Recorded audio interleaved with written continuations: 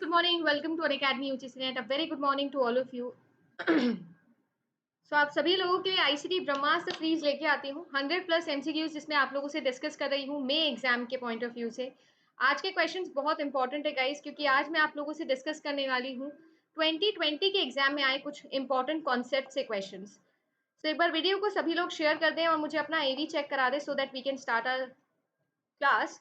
क्योंकि आज की क्लास में अपन कुछ ज़्यादा क्वेश्चंस करेंगे और साथ ही साथ इम्पॉर्टेंट क्वेश्चंस डिस्कस करेंगे जो कि एग्जाम 2020 से मैंने लिए हैं, राइट। जो आप लोगों का 2020 एग्जाम हुआ था सितंबर वाला, वहां से मैं कुछ क्वेश्चंस आज लेके आई हूँ। उनके इम्पॉर्टेंट टॉपिक्स हैं, राइट। जैसे आप लोगों को पता होगा, आप लोगों से एम रैम की फुल फॉर्म पूछ ली थी। आप लोगों से पूछा था कि एम रैम जो होता है वो परमानेंट होगा कि टेम्पररी होगा, वॉलेटाइल होगा कि नॉन वॉलेटाइल होगा। ऐसे क्वेश्चंस जो है वो आज के कॉन्सेप्ट्स में अपन देखने वाले हैं। मेरा नाम अदिति शर्मा है गाइस। अगर आप इस चैनल पे फॉर द फर्स्ट टाइम आए हैं या मुझे पहली बार देख रहे हैं, तो इस नाम से गाइस अनअकैडमी लर्निंग ऐप पर आप मेरे प्रोफाइल पर जाके मुझे फॉलो कर सकते हैं। प्रोफाइल पे फॉलो करते ही आप लोगों को मेरी सभी क्लासेस के नोटिफिकेशंस आने लग जाएंगे गाइस। बट साथ ही साथ मैं आपको ये भी बता दूं कि जितना ज़्यादा अच्छा आप लोगों के लिए लाइव क्लासेस लेना होता है, क्योंकि आप लोगों के सारे डाउट्स में हैंड टू हैंड ले सकती हूँ, उतना ही अच्छा होता है हमारे लिए रिकॉर्डिंग क्लासेस, स्पेशली जब आपका एग्जाम कुछ 40-45 दिन दूर है। तो आप जानते हो कि अभी रिकॉर्डिंग सेशंस के थ्रू आप एक अच्छा रिवीजन कर सकते हैं, और रिवीजन के साथ साथ टेस्ट सीरीज देना बहुत ज़्यादा ज़रूरी है। इट्स हाई टाइम कि अगर आप लोग अभी तक टेस्ट नहीं दे रहे हैं तो टेस्ट देना शुरू कर दीजिए गाइस, क्योंकि ये जो टेस्ट है ये आप लोगों की प्रैक्टिस अच्छी करेंगे, आप लोगों की एक्यूरेसी को इम्प्रूव करेंगे, और एक्यूरेसी से ऑटोमेटिकली आप लोगों की स्पीड इम्प्रूव होगी। ठीक है, तो आप लोगों को इस तरीके से पढ़ना होता है। स्पेशल क्लासेस जो है इसका एक अलग से कॉलम होता है, सी ऑल पे जैसे ही आप क्लिक करोगे तो आप लोगों को बाकी सभी क्लासेस दिख जाएंगी जो मैं रेगुलरली लेती हूँ। यूजीसी मॉक नाम का हमारा एक सीरीज चल रही है। यूजीसी मॉक्स जो है गाइस, इसमें मैं आप लोगों का डेली एक टेस्ट लेती हूँ, जो कि 8:30 बजे होता है सुबह सुबह, या फिर होता है गाइस 11:30 बजे। आज का जो टेस्ट है वो 2 टेस्ट लिए मैंने। एक मैं ले चुकी हूँ 8:30 बजे, इसका रिकॉर्डिंग देख सकते हो, और एक टेस्ट होने वाला है 11:30 बजे, जिसमें सिलॉजिज्म और ब्लड रिलेशन के क्वेश्चन अपन सॉल्व करेंगे। प्रैक्टिस सेशन है गाइस, सो आई होप कि आप सभी लोगों ने रजिस्टर कर लिया है। नहीं किया है तो कर लो। रेफरल कोड अदिति 10 लगा सकते हैं, इन केस अगर आप लोगों ने अब तक रजिस्टर नहीं किया है। आप लोगों से रेफरल कोड मांगेगा, फ्री क्लास है बट रजिस्टर करने के लिए रेफरल कोड लगा सकते हैं अदिति 10। इसके अलावा आइकॉनिक सब्सक्रिप्शन या प्लस सब्सक्रिप्शन अगर लेना चाहते हो तो भी आप सेम रेफरल कोड को कंसिडर कर सकते हैं इंस्टेंट 10% डिस्काउंट के लिए। ओके, और साथ ही साथ अनअकैडमी लर्निंग ऐप पर जाकर 10% डिस्काउंट के साथ अपनी तैयारी शुरू कर सकते हैं, राइट। यूजीसी मॉक जिसके बारे में आपको समझा रही थी, प्लस और आइकॉनिक में क्या डिफरेंस होता है ये बहुत अच्छे से समझ लेना कि आपका जो आइकॉनिक सब्सक्रिप्शन है उसमें आपको गाइस एक पर्सनल कोच मिलता है। सिर्फ यूजीसी क्रैक करना ही मेन काम नहीं होता है, इसके बाद आप जानते हो कि आप लोगों को एसओपी बनाना होता है, इंटरव्यू के लिए तैयारी करनी होती है। तो ये सारी की सारी चीजें आप लोगों के लिए हो जाएगी अगर आप आइकॉनिक सब्सक्रिप्शन लेते हैं तो, है ना। यहाँ तक आप लोगों को एक पर्सनल गाइड मिलेगा जो आप लोगों को पूरी तरीके से ट्रेन करेगा आगे कैसे काम करना है, बिल्कुल वैसे। फीस आपके सामने है। फिर बोलती हूँ, 1 महीने का सब्सक्रिप्शन मुझे नहीं लगता कि आपके लिए किसी भी यूटिलिटी का रहने वाला है। बहुत सारा पढ़ने आ जाएगा guys, too much, and it is very difficult to handle this too much. या तो आप 3 महीने का ले लो, या फिर आप 12 महीने का ले लो। 6 महीने का तो वैसे ही बहुत एक्सपेंसिव है। 3 महीने का इसलिए कि हो सकता है कि आप लोगों की तैयारी अच्छी है, आप सिर्फ रिविजन पर्पज के लिए ले रहे हो। और 12 महीने का ताकि आप लोग आराम से अपने पेस पे पढ़ाई कर सको और दिसंबर तक आराम से तैयारी कर सको। ठीक है, अगर आप अभी कॉलेज के अंदर हो, अपने पेपर 2 को अभी से स्ट्रॉन्ग करना शुरू करो और 24 महीने के प्लान पे स्विच कर लो गाइस। ओके, क्वेश्चंस आप लोगों से मैंने बहुत सारे डिस्कस किए थे, राइट। और एक होमवर्क क्वेश्चन मैं आप लोगों को देके गई थी, मैंने आप लोगों से पूछे थे, ये सारे क्वेश्चंस अपन कल डिस्कस कर चुके हैं। एक होमवर्क क्वेश्चन मैंने दिया था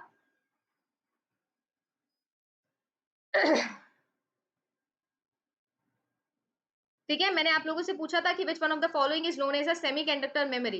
ये क्वेश्चन मैंने आप लोगों को कल होमवर्क में दिया था। जल्दी से वीडियो को सभी लोग एक बार शेयर कर दें, सो दैट जितने भी हमारे स्टूडेंट हैं वो सब लाइव आ जाएं। ओके, एक बार वीडियो को सभी लोग शेयर करेंगे, और जितने भी लोग देख रहे हैं एक पॉजिटिव अफर्मेशन होना चाहिए, आई मीन एक अफर्मेशन होना चाहिए, पॉजिटिविटी होनी चाहिए क्लास के अंदर। तो वीडियो को लाइक करके एक थम्स अप मुझे दिखाइए, एक एनर्जी दिखाइए गाइस। देखो आज ऐसे डल डल क्लास नहीं रहनी चाहिए। इनमें से कौन सा है गाइस, इसको हम सेमीकंडक्टर मेमोरी बोलते हैं, तो the correct answer for this question will be RAM. ठीक है ना, रैंडम एक्सेस मेमोरी।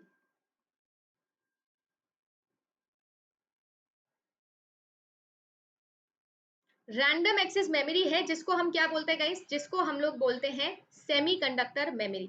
रैम जो होते हैं उसी के दो पार्ट होते हैं गाइस, एक होता है आपका एस रैम और एक होता है आपका डी रैम। ठीक है ना, एस रैम जिसमें एस की फुल फॉर्म होती है स्टैटिक, और डी रैम जिसमें डी की फुल फॉर्म होती है डायनामिक। जो आपका स्टैटिक रैम होता है, एस रैम जो होता है, ये जो टेक्नोलॉजी होती है गाइस, इसके अंदर फ्लिप फ्लॉप्स यूज किए जाते हैं। फ्लिप फ्लॉप यूज किए जाते हैं, और अगर आप लोगों ने कैश मेमोरी पढ़ी है, तो जो कैश मेमोरी है उसे बनाने में काम लिया जाता है एस रैम टेक्नोलॉजी को। सबसे पहले तो ये चीज समझिए गाइस, रैम रोम ये सारी की सारी टेक्नोलॉजी का नाम है। ये कोई तरीके की मेमोरी नहीं होती, ये टेक्नोलॉजी होती है। जैसे रैम रैंडम एक्सेस मेमोरी एक टेक्निक है, इसकी मेमोरी का नाम होता है प्राइमरी मेमोरी या मेन मेमोरी या इंटरनल मेमोरी। रोम भी एक तरीके की इंटरनल मेमोरी है, बट रोम क्या है, टेक्नोलॉजी है। ये चीज सबसे पहले समझिए। ठीक है ना, और एस रैम जो है ये भी एक टेक्निक है जिसमें स्टैटिक रैम हम इसे बोलते हैं, फ्लिप फ्लॉप्स यूज किए जाते हैं, और कैश मेमोरी बनाने में आपकी ये टेक्नोलॉजी काम आती है। अगर मैं आप लोगों से बोलूं मेन मेमोरी, तो मेन मेमोरी को बनाने के लिए जो टेक्निक यूज की जाती है उसे हम लोग बोलते हैं डी रैम, डायनामिक रैम हम इसे बोलते हैं, और यहाँ पर ट्रांजिस्टर्स यूज किए जाते हैं। वर्किंग एंटिटी इनकी क्या होती है, ट्रांजिस्टर। तो ये चीज बहुत ध्यान से याद रखिएगा, अच्छा क्वेश्चन है, डिटेल क्वेश्चन है, और 2020 में इससे कॉन्सेप्ट आप लोगों से ऑलरेडी पूछा हुआ है। ऑलरेडी कॉन्सेप्ट आप लोगों से पूछा हुआ है। समझ में आया? सभी लोग एक बार मेरे को थम्स अप करके बताइए, सबको समझ में आ गया जो भी मैंने इस क्वेश्चन, होमवर्क क्वेश्चन था ये आपका। ऑल्दो आपको मुझे ये सारी चीजें बतानी चाहिए थी, बट स्टिल आई होप कि इट इज क्लियर नाउ। अच्छे से विजिबल है, समझ में आ गया क्या लिखा है, कैसे लिखा है?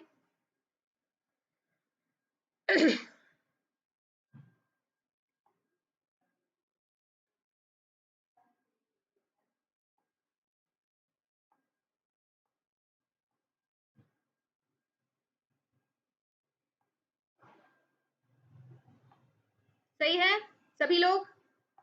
ठीक है, अब जल्दी से सबसे पहले तो सभी लोग अटेंडेंस लगाइए, उसके बाद मैं नेक्स्ट क्वेश्चन पे मूव ऑन करती हूँ।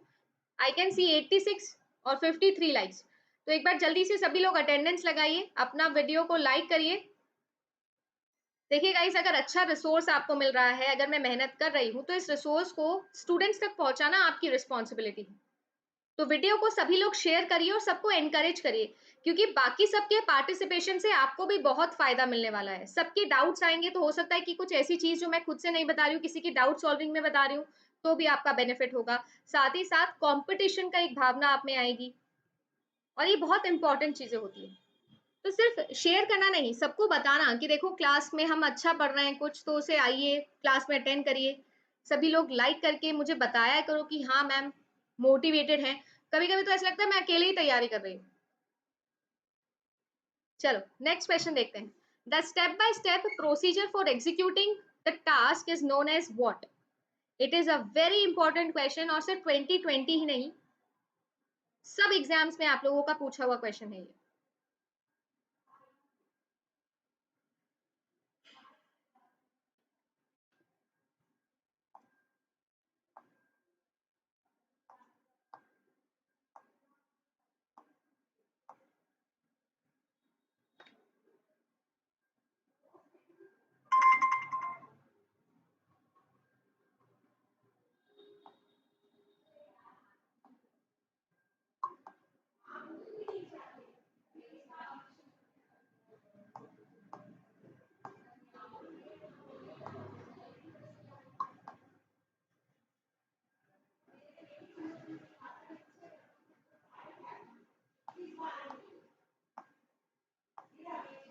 क्या होने वाला है?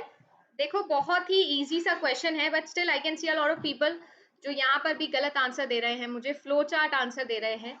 फ्लो चार्ट नहीं होगा, करेक्ट आंसर इसका हो जाएगा एल्गोरिथम गाइस। ठीक है, the step by step procedure for executing task is called as algorithm. ठीक है, फ्लो चार्ट नहीं है। अब मुझे नहीं पता कितनी बार हम लोगों ने ये चीज डिस्कस करी है। अब जल्दी से मुझे एक बात बताइए, प्रोग्राम में और एल्गोरिथम में, इन दोनों में फर्क क्या होता है? प्रोग्राम में और एल्गोरिथम में फर्क क्या होता है?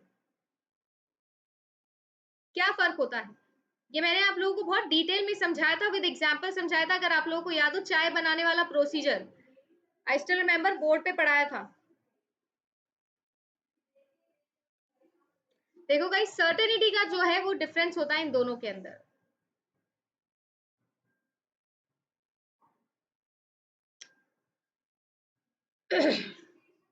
प्रोग्राम और एल्गोरिथम, देखो प्रोग्राम भी आपका क्या है, स्टेप बाय स्टेप इंस्ट्रक्शंस होते हैं, जो भी किसी भी काम को कंडक्ट करने के लिए हम लोग यूज करते हैं।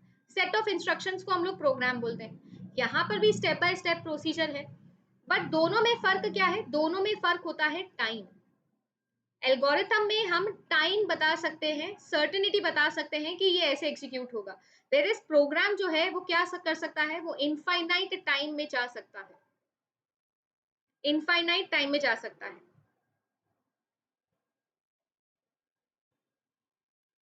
ठीक है ना?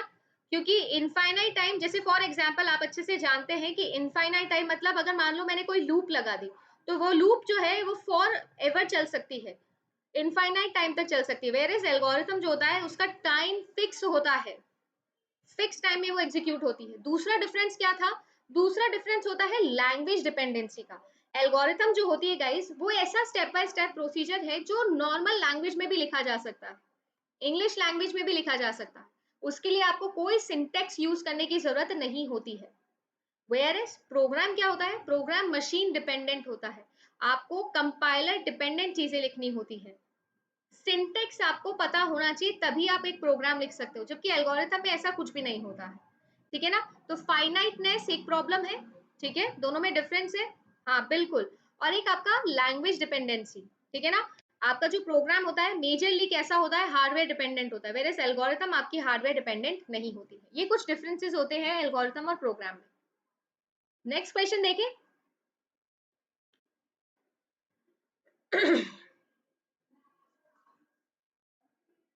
In context of machine language, which one of the following statement is not correct? Not word ध्यान से पढ़ेंगे और फिर आंसर करेंगे। इनमें से कौन सा स्टेटमेंट है जो करेक्ट नहीं है? It consist of only binary digits और bits, it cannot be directly understood by the program and need a translator program, it is also called as a machine code, debugging is an issue attached to it, या फिर none of these? कौन सा statement correct नहीं है? देखिए भाई, यहाँ पर अगर हम लोग बात करें तो सिर्फ सेकंड स्टेटमेंट है जो करेक्ट नहीं है। मुझे नहीं पता कि आप लोग ऐसा आंसर क्यों दे रहे हो, ए आंसर क्यों दे रहे हो। मशीन लैंग्वेज जिसको हम अच्छे से जानते हैं, जो कि जीरोस और वंस की फॉर्मेट में होती है, जीरोस और वन की फॉर्मेट में होती है ना ये लैंग्वेज, तो बिल्कुल सही है। बाइनरी डिजिट्स या फिर बिट्स जिसको बोलते हैं, बिल्कुल उस फॉर्मेट में होती है। इसको मशीन कोड्स भी बोलते हैं। और डीबगिंग जो है वो एक इशू होता है यहाँ पे डेफिनेटली। क्यों? इसके लिए हमें स्पेशलिटी चाहिए, टेक्नीशियन चाहिए जिसको समझ में आता हो जीरो और वन की भाषा, तभी तो वो डीबग कर सकता है। But it can not be directly understood by the computer, ये गलत है। हमारा प्रोसेसर जो होता है, सीपीयू जो है हमारा, हमारे प्रोसेसर को जीरो और वन की भाषा समझ में आती है, और ये मशीन लैंग्वेज जीरो और वन की भाषा में ही होती है। तो कैन नॉट क्यों आएगा? कैन आएगा ना। It can be directly understood by the computer.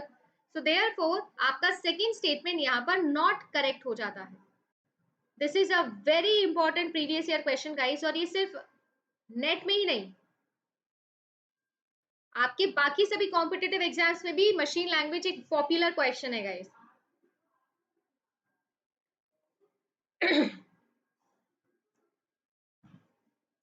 चलिए next question. whenever the text in a document moves to a new page, it is known as what?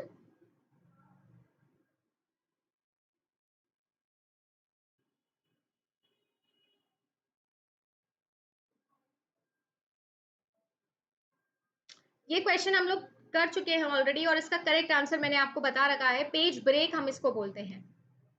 Next question देखें। Who is known as the father of internet guys? Father of internet किसे बोला जाता है? ये question भी हम लोग पहले डिस्कस कर चुके हैं। रिवीजन कर लीजिए। विंड सर्फ जो है वो फादर ऑफ इंटरनेट के नाम से जाने जाते हैं। नेक्स्ट क्वेश्चन देखें।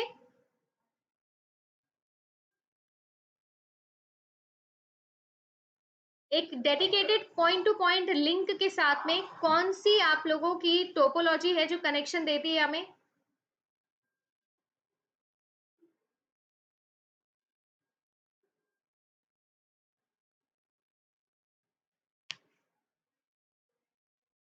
In which of the following topology each device is connected to each other devices on a network through a dedicated point to point link? Point to point link से mesh topology में connection होता है, जिसमें हमने discuss भी किया था n(n-1/2) number of connections होते हैं हमारे nc2, है ना? इस तरीके से सभी से रिलेटेड होगा।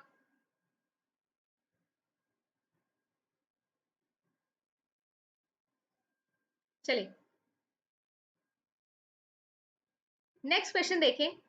In a computer file, which among the following is a top or first in hierarchy? सबसे टॉप पे कौन होता है किसी भी एक फाइल सिस्टम के अंदर गाइस? ये क्वेश्चन ये टॉपिक मैंने आप लोगों से डेफिनेटली डिस्कस किया है।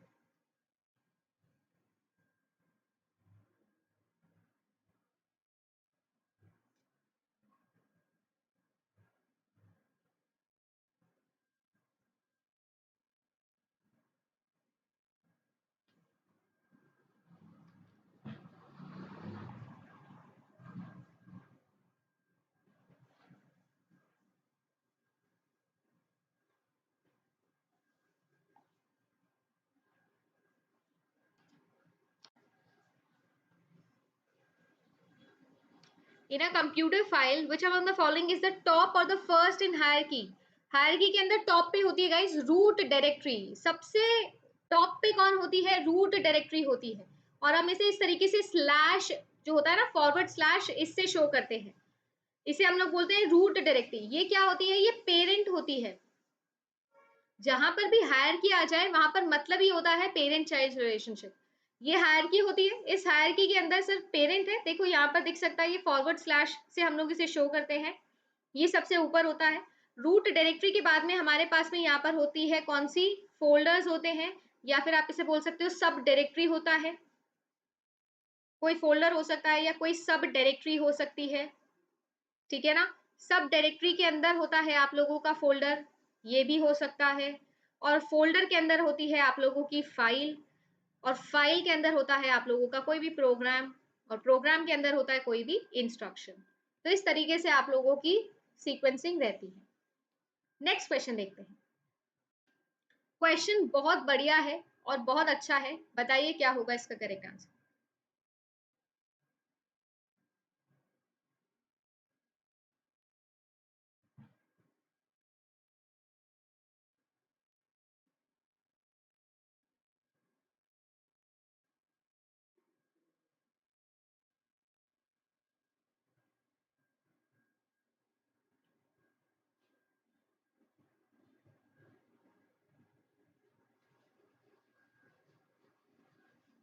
देखो रूट डायरेक्टरी जो है वो पूरे की पूरी हायरार्की का पेरेंट माना जा सकता है, जैसे कि C drive. Whereas parent directory का मतलब होता है हर सक्सेसिव चाइल्ड जो होता है उसके ऊपर जो भी होता है हायरार्की में वो उसका पेरेंट होता है, ठीक है ना? जैसे फोल्डर जो है वो क्या हुआ? वो चाइल्ड हुआ सब डायरेक्टरी का, तो सब डायरेक्टरी क्या है? उसकी पेरेंट है। तो ऐसे पेरेंट जो है वो अलग अलग हो सकते हैं। पूरे के पूरे हायरार्की का अगर पेरेंट की बात करूँ ना, तो होता है वो आप लोगों का रूट डायरेक्टरी। जैसे सी ड्राइव, ये एक रूट डायरेक्टरी है, ठीक है ना?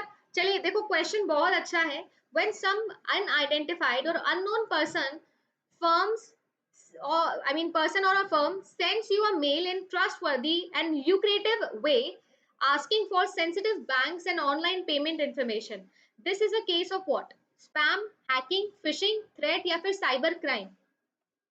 तो देखिए गाइस, इसका करेक्ट आंसर हो जाएगा fishing. Very good, majorly students ने करेक्ट आंसर दिया है। कुछ लोग इसका करेक्ट आंसर दे रहे हैं हैकिंग। हैकिंग नहीं है, जब आप लोगों को मेंशन ही कर दिया अनआइडेंटिफाइड या अननोन पर्सन या फर्म से जब आपको मेल आता है, और कैसा मेल आता है? ल्यूक्रेटिव मतलब लालच वाला। आप लोगों को बोलेगा कि आपकी 25 लाख की लॉटरी लग गई है ना? आप इस नंबर पे कॉल करिए या फिर आप इस मेल पर रिप्लाई करिए, एकदम ट्रस्टवर्दी लगता है, एकदम ऑनलाइन लगती है इन्फॉर्मेशन जो है, वो बिल्कुल सेंसिटिव बैंक्स की ऑनलाइन इन्फॉर्मेशन आपसे शेयर करता है, सो दैट हम लोगों को क्या होता है, हम लोगों को भरोसा हो जाता है कि हाँ यार ये ऑथेंटिक पर्सन से आ रहा है। बट एक्चुअली में ये क्या है, ये एक तरीके से फिशिंग, फिशिंग में कैसे होता है ना, जाल फेंका जाता है, एक जाल बिछाया जाता है मछली को पकड़ने के लिए, दाना डाला जाता है, बिल्कुल वैसे ही हमको ये दाना डाला जाता है। और फिर जब आप इस पे मैसेज पे रिप्लाई बैक करते हो, कॉल बैक करते हो, तो आपको क्या मिलता है, धोखा मिलता है। तो इसे हैकिंग नहीं बोलते हैं गाइस, हैकिंग तो और भी अलग तरीके से हो सकती है। मेल अगर आप लोगों को फिक्स यहाँ पर कर दिया है तो करेक्ट आंसर इसका हो जाएगा फिशिंग, ठीक है ना, क्योंकि जाल में फंसाया जा रहा है, तो फिशिंग यहाँ पर करेक्ट आंसर होगा। वेरी इंपॉर्टेंट क्वेश्चन, इसको नोट डाउन कर लीजिएगा, बहुत एग्जाम से पूछा जाता है ये।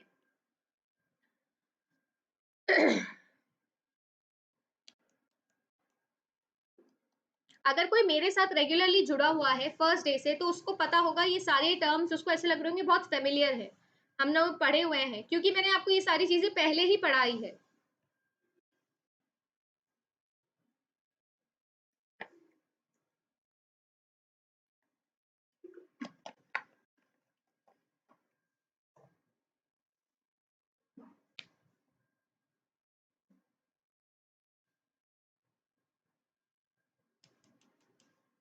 A network that is connected to internet but uses encryption to scramble all the data sent through the internet is called as what?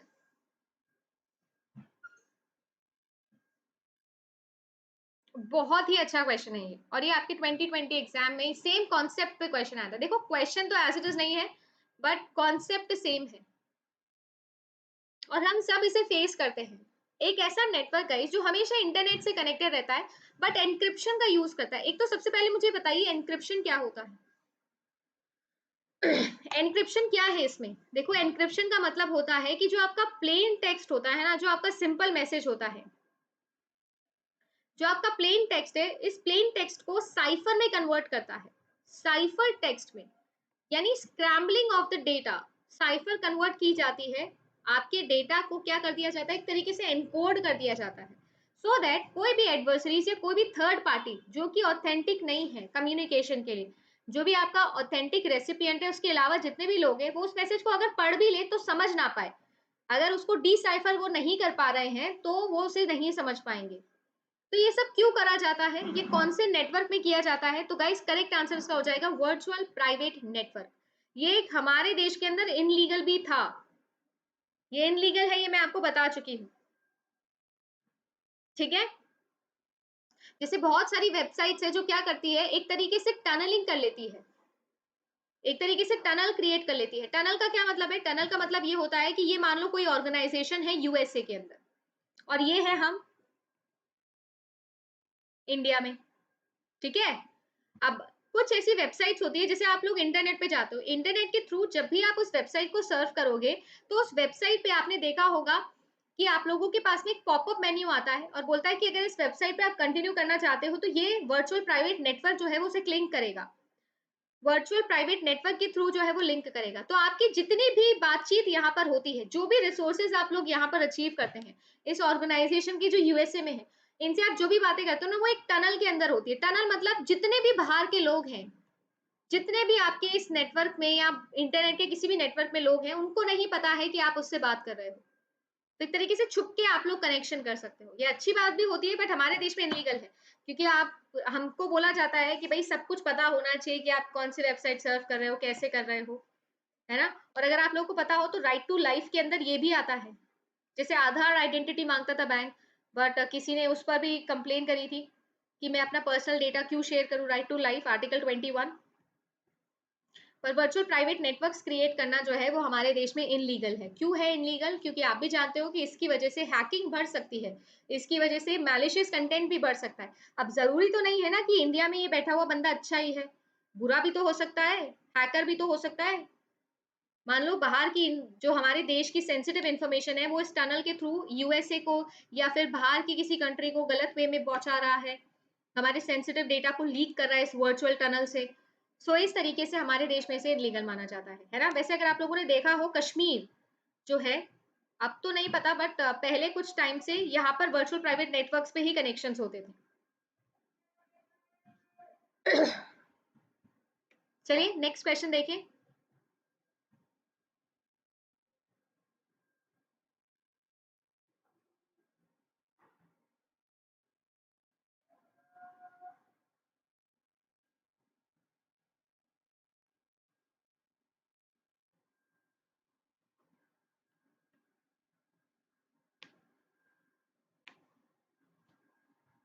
चलिए, द टर्म्स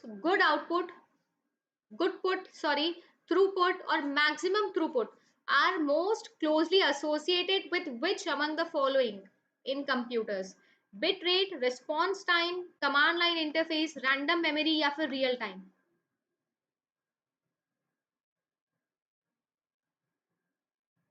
ध्यान से पढ़िए क्वेश्चन को, फिर आंसर करिए।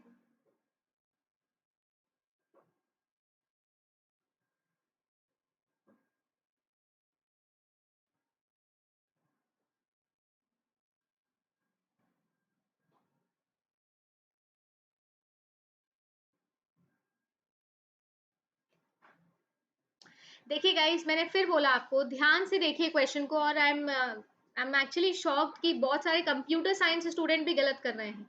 अरे थ्रूपुट क्या होता है? थ्रूपुट होता है बिट रेट। अरे बिट रेट को ही तो बोलते हैं थ्रूपुट, कि एक समय के अंदर कितने नंबर ऑफ बिट्स पर unit time, number of bits पर यूनिट टाइम जो है, उसी को तो हम लोग बोलते हैं बिट रेट। और मैक्सिमम थ्रूपुट भी तो यही होगा। बेसिकली यहाँ पर है आपका सेंडर और ये है आपका रेसिपिएंट। सही है। सेंडर और रेसिपिएंट के बीच में ये जो कम्युनिकेटिंग चैनल है, इस कम्युनिकेटिंग चैनल पर मैं एक यूनिट टाइम के अंदर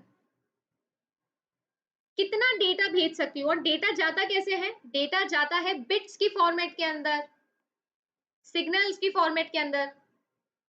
तो मैं एक यूनिट टाइम में, पर यूनिट टाइम के अंदर मैं कितना डेटा भेज सकती हूँ, कितने नंबर ऑफ बिट्स भेज सकती हूँ, इसी से मेरा थ्रूपुट कैलकुलेट किया जाता है।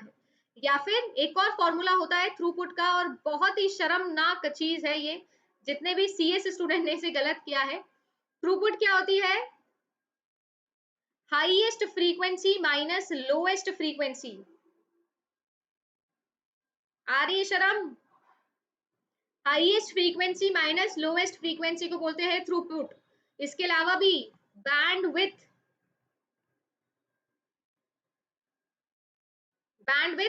आई mean per unit time, highest frequency minus lowest frequency per unit time, कि बैंडविथ, कितना बैंडविथ आप कंज्यूम कर रहे हो पर यूनिट टाइम, इसी को तो बोलते हैं थ्रूपुट। तो रेस्पॉन्स टाइम, कमांड लाइन, ये तो देखो command line interface, random memory, ये सारी चीजें तो वैसे ही बहुत ही इररिलेवेंट थी। Correct answer for this is bit rate. बहुत बढ़िया। चलिए नेक्स्ट क्वेश्चन देखिए। Dash is a communication technology used by some incoming mail server.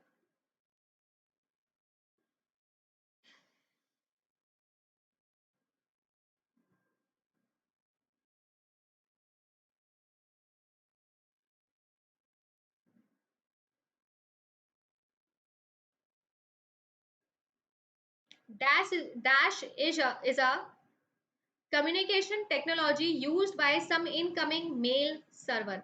Incoming mail server. If you notice, मैंने कीवर्ड बार बार बोला है, और कीवर्ड के अकॉर्डिंग जिसने इस क्वेश्चन को रीड किया उसका आंसर बिल्कुल सही है। याद आ रहा है? इनकमिंग। ठीक है ना? देखो सबसे पहली, और ये 2020 का, जैसे मैंने आपको बोला ना कि आज के सारे क्वेश्चंस 2020 के मेजर कॉन्सेप्ट से लिए हैं।